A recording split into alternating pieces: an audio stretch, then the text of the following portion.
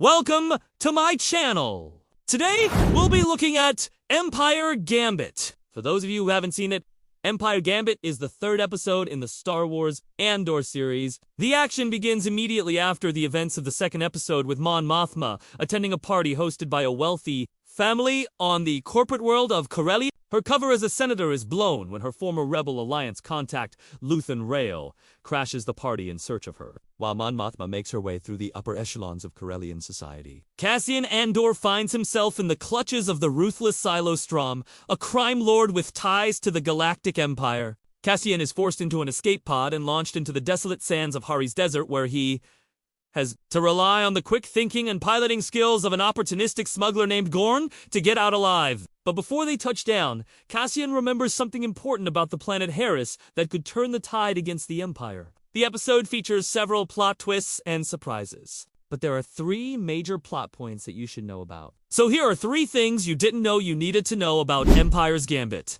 Number 1. Bel Roise Freed.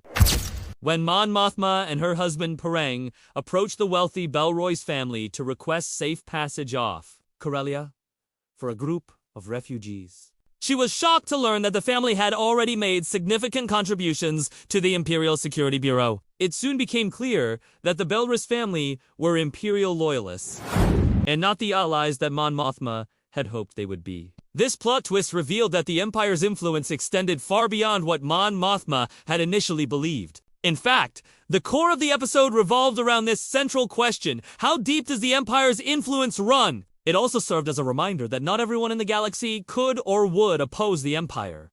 Some were simply too afraid. The Bel Roise family was only looking out for themselves, and they would do anything to protect their own interests. They even went so far as to host an Imperial recruitment drive during the party, which further solidified their position as staunch supporters of law and order in the galaxy. 2.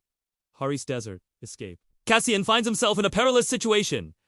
When he is left stranded in the harsh environment of the Hari's Desert, he is then forced to team up with a mysterious smuggler named Gorn to try and escape the clutches of Strom.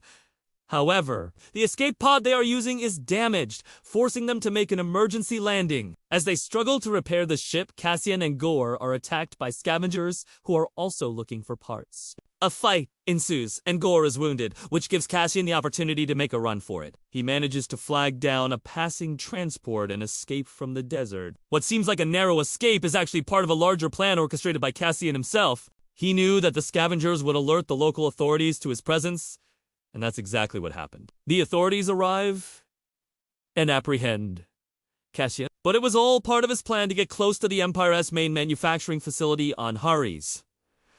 Unknown to the Empire, Cassian's capture was nothing more than a clever ruse to infiltrate their most secure facility. With the help of his Rebel Alliance contact, he managed to get himself transferred to work at the very facility that had captured him. This allowed him to gather intel on the Empire's activities and potentially sabotage their efforts from within. 3.